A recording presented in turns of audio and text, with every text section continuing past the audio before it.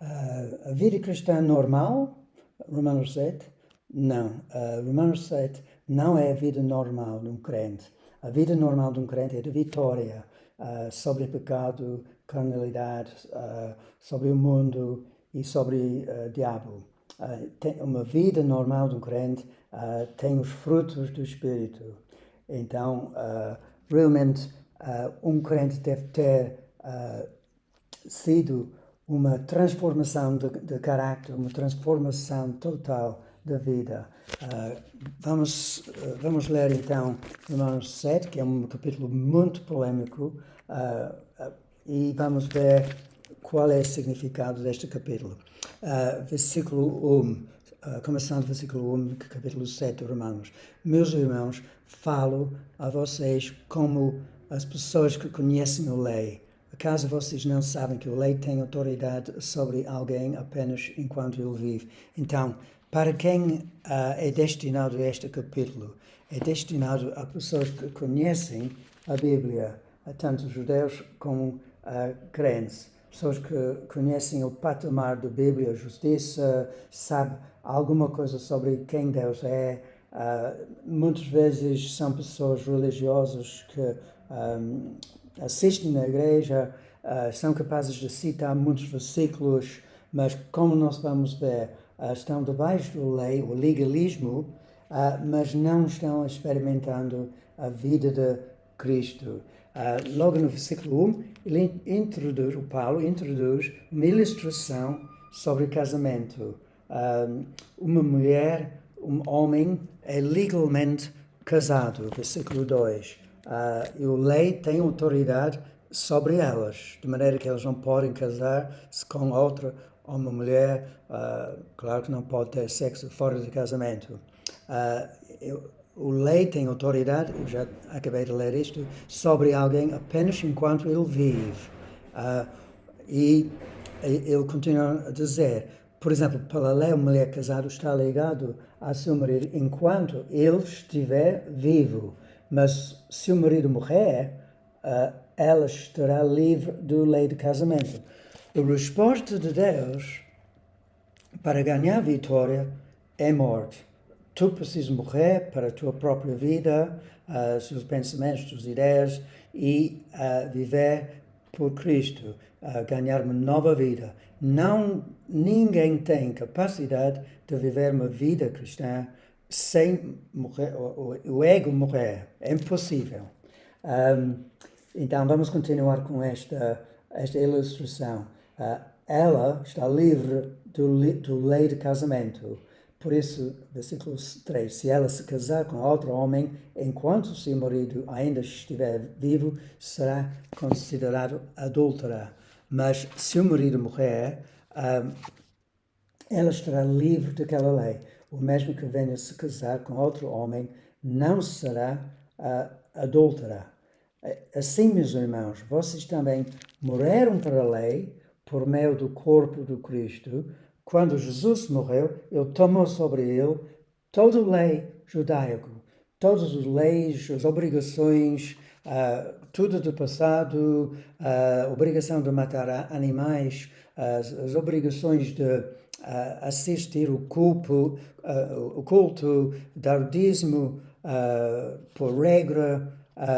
Jesus morreu por isto, ele tomou sobre ele toda esta maneira de pensar em religião e tomou sobre ele isto. E diz em versículo 4, por meio do corpo de Cristo, para pertencerem ao outro, aquele que ressuscitou dos mortos, a fim de que venhamos a dar fruto para Deus. Aqui é a resposta. Quando o velho homem de nós morreu, o ego já está morto em Cristo Jesus, uma vez que nós somos unidos com Cristo, agora somos unidos com a ressurreição, Jesus vivo, Jesus que pode dar vitória na tua vida. E esta é a grande resposta de Deus para viver uma vida normal. Não é baseado nos leis escritas em pedra, os leis externos, nem em papel, porque nós não podemos agradar a Deus. Este é o facto que muitos crentes não podemos esquecer, não sabem, não, são ignorantes desta dinâmica. Eles estão a tentar por esforço muito para chegar perto de Deus ou agradar a Deus e não conseguem. O esforço humano, obras, não fazem com que cheguemos perto de Deus. Tudo é de graça. Nós podemos receber de graça o poder do Espírito Santo. E Deus escreve as leis no interior, quando nós temos Cristo em nós. Quando nós, como diz o versículo 4, quando nós somos casados, e o Bíblia em inglês diz casados quando dizemos que pertencemos ao outro. Já estamos casados com Cristo. Que maravilha! O velho homem está morto. Agora estamos casados com a pessoa de Cristo Jesus. E o segredo da vitória é ganhar um relacionamento com Cristo. Nós somos ramos ligados ao videira, unidos com Cristo. Em Cristo, eu tenho lido isto através do outro vídeo, em capítulo 6, batizados em Cristo Jesus, pelo Espírito Santo. Agora, a vida em Cristo em nós. O lei por si não consegue dar-te vitória sobre a carne, mas o homem velho está morto. Então, esta é a solução. Então, Paulo começa por esta ilustração, versículo 5, revela que isto foi no passado, em termos de história de Paulo, porque diz, pois, quando éramos controlados pela carne, isto é a história de Paulo no passado, éramos controlados pela carne, as paixões pecaminosas despertadas pela lei atuavam em nosso corpo, de forma que dávamos fruto para a morte. No passado, quando Paulo era fariseu, tentando com zelo, com esforço, agradar a Deus, até matava os crentes, ele não conseguiu viver sem o pecado interior. Os mandamentos exteriores ele consegue viver, mais ou menos, mas o mandamento mais difícil era a cobiça. Ele não conseguiu matar cobiça na vida dele. Mas então ele diz, quando eu era na carne, tinha o fruto do pecado na minha vida.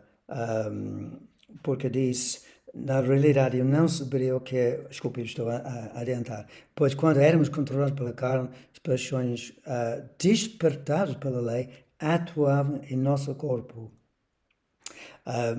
Morte, culpa, resultado. Mas agora, repara isto, Paulo muda a situação, muda o verbo temporal, verbo.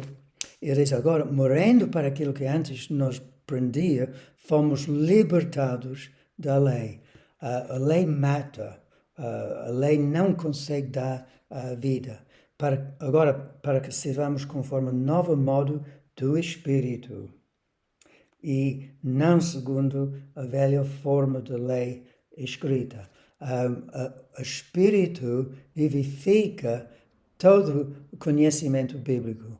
É muito preciso conhecer o Espírito Santo para entender não só que ele concede milagres e maravilhas, graças a Deus que ele consegue muitos dons do Espírito Santo, mas também o fruto do Espírito Santo, que é santidade. Sem santidade, ninguém verá o Senhor. Ninguém. Então, é imprescindível entender este capítulo, capítulo 6, 7 e 8 de Romanos. Agora, versículo 7, ele fala de uma outra vertente, a capacidade da lei, o propósito da lei. esqueci de ler Gálatas 2:20, antes de passar para o versículo 7. Gálatas 2:20 dá-nos um resumo de uma vida cristã. Porque em versículo 20 de Gálatas 2 diz, Paulo, o testemunho dele, foi crucificado com Cristo. A morte, crucificação do ego, dos desejos de dominar sobre outros, desejos de mentir, desejos de ter ambição, desejo de ter sexo fora do casamento, desejo de blasfemar o nome de Jesus, tomar o nome de Jesus em vão, desejo de impor a sua vontade sobre a sua esposa, sobre os colegas no trabalho. Eu fui crucificado com Cristo. Assim, já não sou eu quem vive. Graças a Deus. Batismo é um testemunho de morte, é um funeral do velho pessoa. Já não quer viver com os velhos hábitos. Ele acaba este versículo por diz, mas Cristo vive em mim. Cristo vive em mim. Quando Cristo habita, quando Cristo reina, quando Cristo tem toda a liberdade, Ele dá-nos vitória sobre o pecado. Voltando para Romanos, Paulo então coloca uma pergunta: se a lei não concede vitória, para que serve a lei? Que diremos, versículo 7, então? A lei é pecado? De maneira nenhuma. De facto, eu não saberia o que é pecado, a não ser por meio da lei. Pois, na realidade, eu não saberia o que é cobiça, se a lei não dissesse não cobiçarás, como já falei.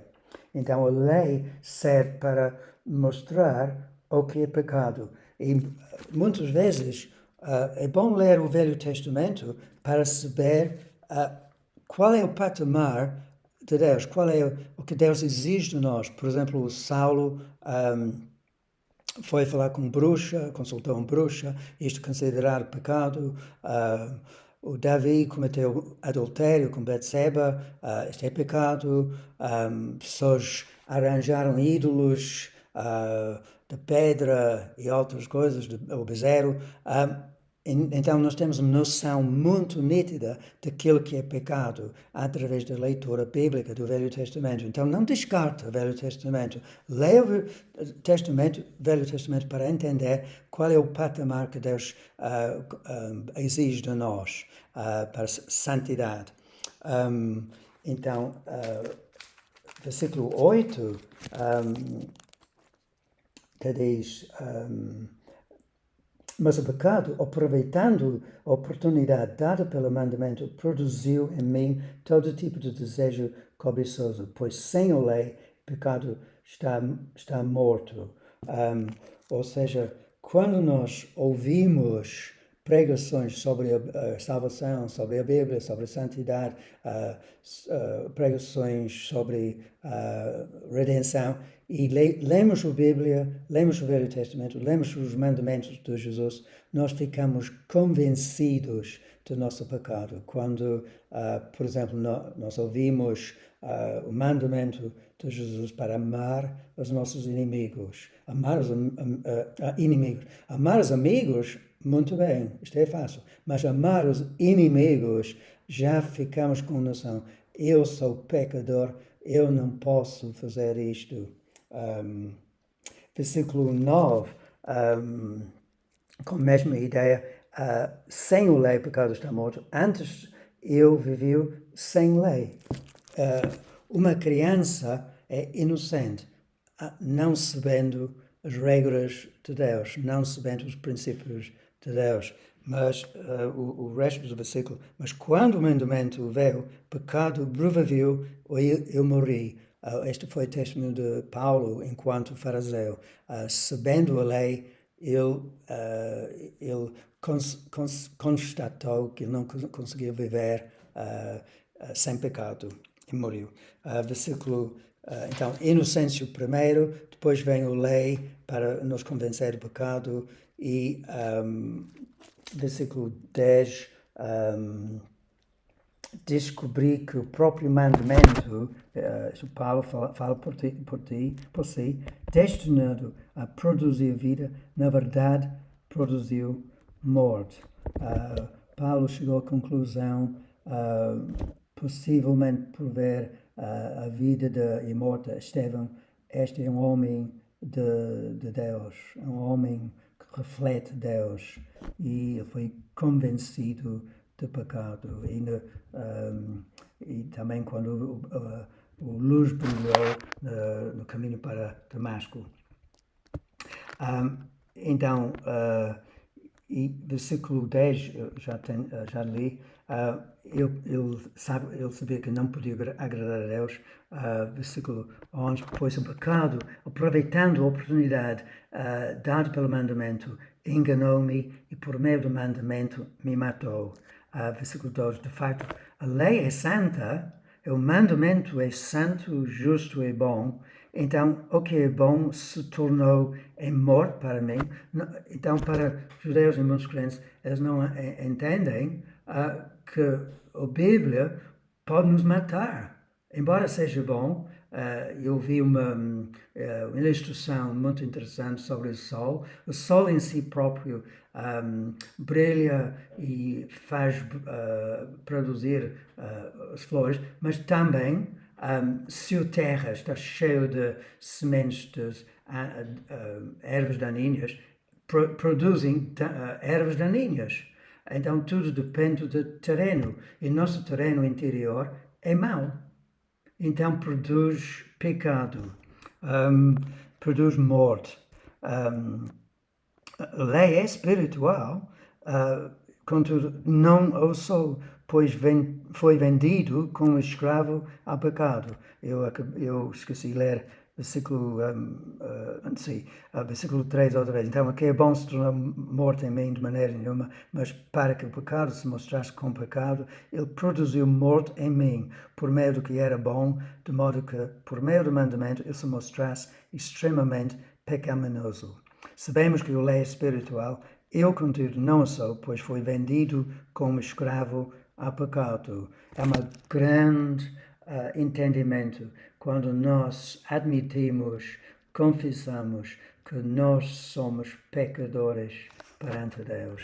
Embora somos capazes de fazer bem aos outros, mas o interior é mesmo egoísta e quer ser rei de si próprio e de todos os outros.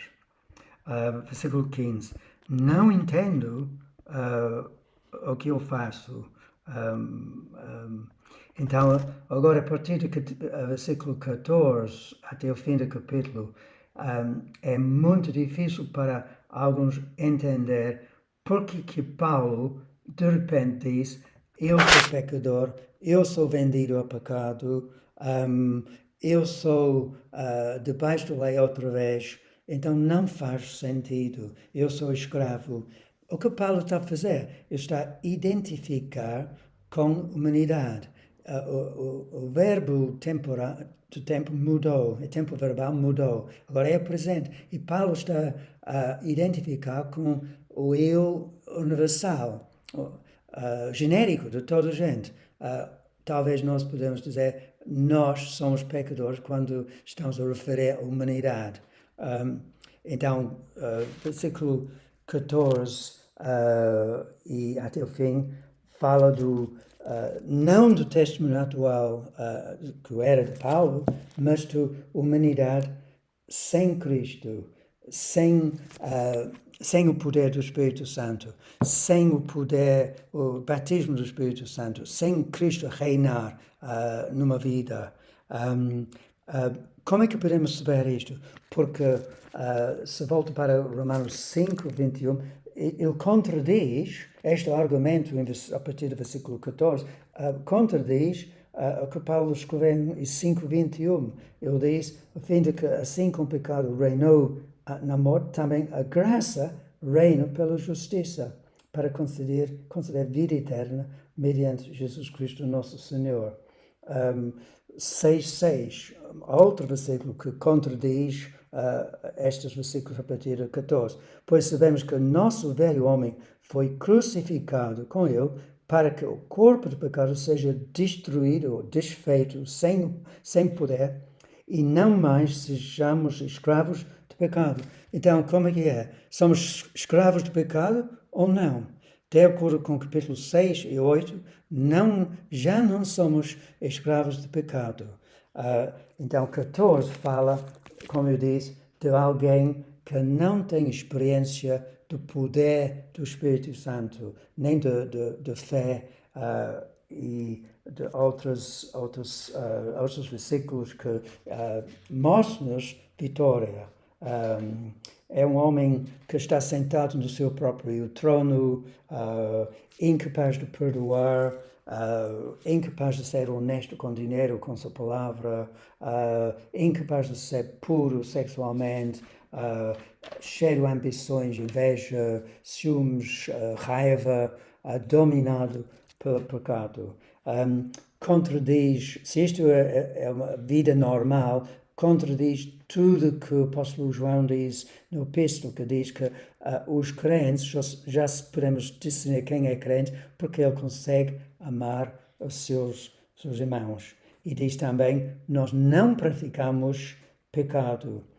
Não temos uma vida habitual de pecado. Isto não quer dizer que não vamos falhar de vez em quando, mas nós somos tentados. Mas a vida cristã habitual é da vitória.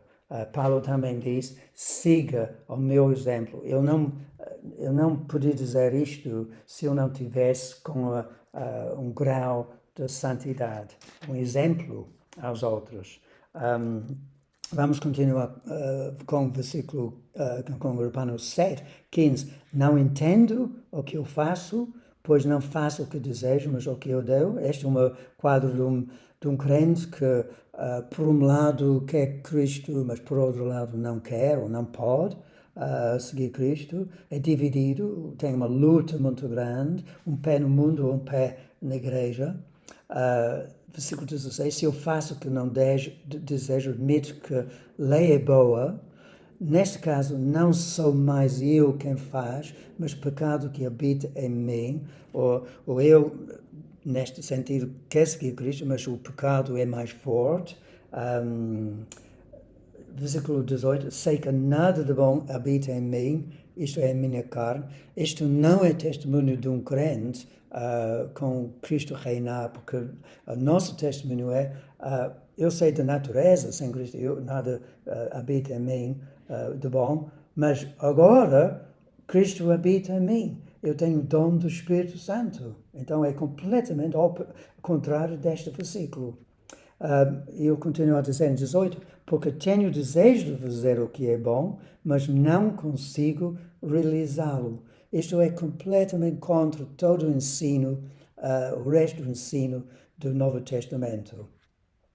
Versículo 19, pois o que eu faço não é o bem que eu desejo, mas o mal que não quero fazer, essa eu continuo fazendo. É um fracasso, pessoa enfraquecido que não consegue agradar a Deus. Versículo 20, ora, se eu faço o que não quero, já não sou eu quem o faz, mas pecado que habita em mim, uma vida de derrota. Versículo 21, assim encontra esta lei que atua em mim, quando quero fazer o bem, o mal está junto de mim. É uma pessoa que assiste na igreja, mas não consegue superar mal. No íntimo do meu ser tenho prazer no ler de Deus, pessoas que gostam da Bíblia, leem a Bíblia, mas não consegue ultrapassar, superar a outra lei do pecado, porque diz em versículo 23, mas vejo outra lei atuando nos membros do meu corpo, guerreando contra a lei da minha mente, tornando-me prisioneiro da lei do pecado que atua em meus membros. E claro que existe tentação. A tentação é uma coisa, pecado é outra. Deus vai te mostrar o que é pecado com intenção, o que é simplesmente tentação. E Paulo diz em versículo 4, este homem sem o poder do Espírito Santo, miserável homem que eu sou. Isto é mais uma prova que não é a vida normal de um crente. Não deve ser. Quem me libertará do corpo sujeito a esta morte? Graças a Deus por Jesus Cristo, nosso Senhor. Se nós éramos incapazes de adquirir perdão dos nossos pecados, também nós somos incapazes de ser santificados pelos nossos esforços humanos, para planejar, para fazer tudo, mais uma coisa, fazer jejuns, fazer orações, peregrinações, sacrificar o nosso próprio corpo, fazer muitas leituras, fazer escola bíblica. Não adianta nada se nós não temos uma experiência atual com Cristo Jesus.